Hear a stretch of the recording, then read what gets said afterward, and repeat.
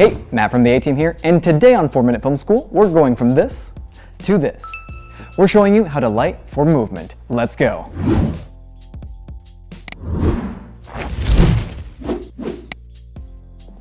If you've been watching the show, you probably know how to light clean single shots.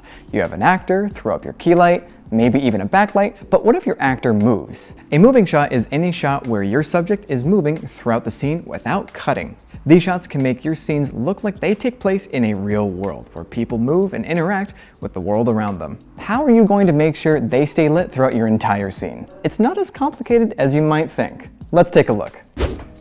So for our first setup, we used two 300D Mark IIs. But how do you turn two hard sources into one giant soft source? To achieve that, we used a book light. And the nice thing about a book light is it spreads the light evenly across your entire scene. You're not going to have hot spots or transitions of darkness and brightness. It's all going to be nice and consistent. So for our book light, we have our two 300Ds pointed at a giant sheet of ultra bounce, and that light is reflected off that ultra bounce, hitting our diffusion.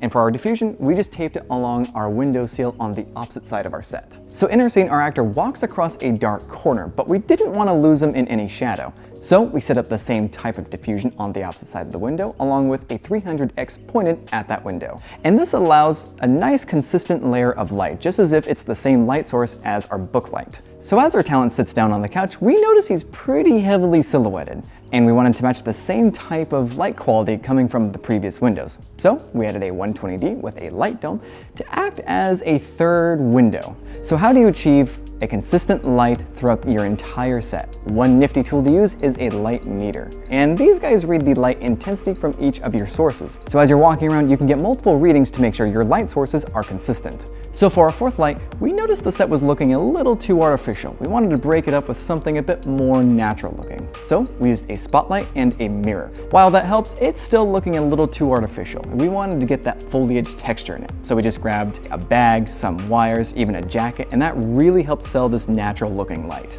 And for our last light, we have the MC set to 3200 Kelvin.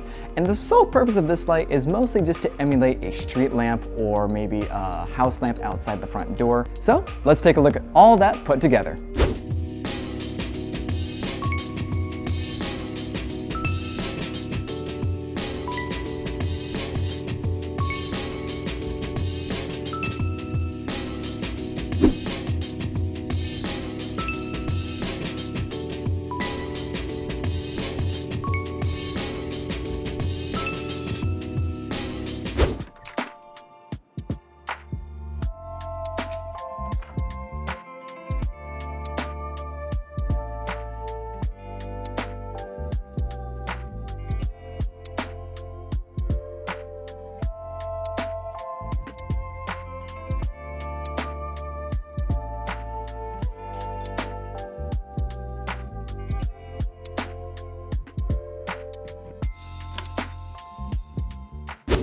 Time for a recap. There are three main things to consider when lighting a moving subject. First, soft light will work best. Soft light throughout your scene will be able to mix together better than hard lights. This causes them to look like one continuous light. Second, use a light meter. This way you can easily check the brightness on the actor's blocking and know if you're going to have consistent exposure. Lastly, mimic the real world. Large moves are a great way to make your lighting setups look kind of artificial. Using flaws can help your artificial lighting look like it's part of the real world.